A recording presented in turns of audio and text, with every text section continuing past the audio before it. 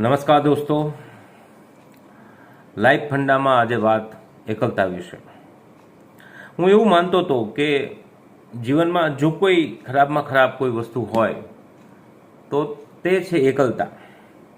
પણ પછી મને એવું લાગ્યું કે આ એકલતા સંબંધોની વચ્ચે, મિત્રોની વચ્ચે કે એવા લોકો છે એ વધારે એને ડેન્જર કરે છે, કારણ કે સતત આપણને એવું ફીલ કરાવ્યા કરે છે કે એકલતા છે એ ખરાબ છે.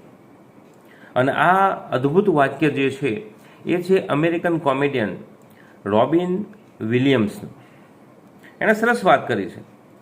એકલતાના ડરથી આપણે એવા લોકોની વચ્ચે ઘેરાઈ રહીએ છીએ અથવા તો એવા લોકોની સાથે સંપર્ક વધારી દઈએ છીએ કે જેમને આપણી કોઈ કિંમત નથી, વેલ્યુ નથી, આપણા પ્રત્યે માન સન્માન નથી, લાગણી નથી.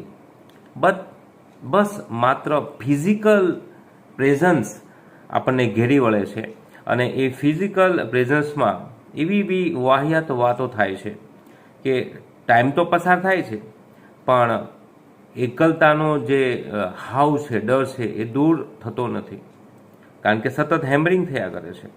અને આપણે એવા નોનસેન્સ, ન્યુસન્સ લોકોની વચ્ચે રહીએ છીએ, ટાઈમ પણ ખરાબ કરીએ છીએ. તો ઘણીવાર તો એવું થાય કે એકલતા વધારે ખરાબ નથી, પરંતુ આવા લોકોની હાજરી, આવા લોકોના બધા થોટ્સ જે નેગેટિવ છે એ જ વધારે આપણા જીવનમાં ડેન્જર સાબિત થાય છે. બેટર છે કે ફિઝિકલ કરતાં પુસ્તક, સંગીત, ચિત્ર, આવો કોઈ સંગાથ જો મળી જાય અથવા તો સંગાથ શોધી લો તો લાઈફમાં મજા આવી જાય. આ જ લાઈફનો ફંડા છે. કારણ કે આપણી સૌની લડાઈ સંજોગો સાથે નથી, આપણી લડાઈ આપણા વિચારો સાથે જ છે. જો આપણે ખુદ આપણા વિચારો સાથે સંમત થઈ જઈએ તો આનંદ થઈ જાય. This is the funda of life.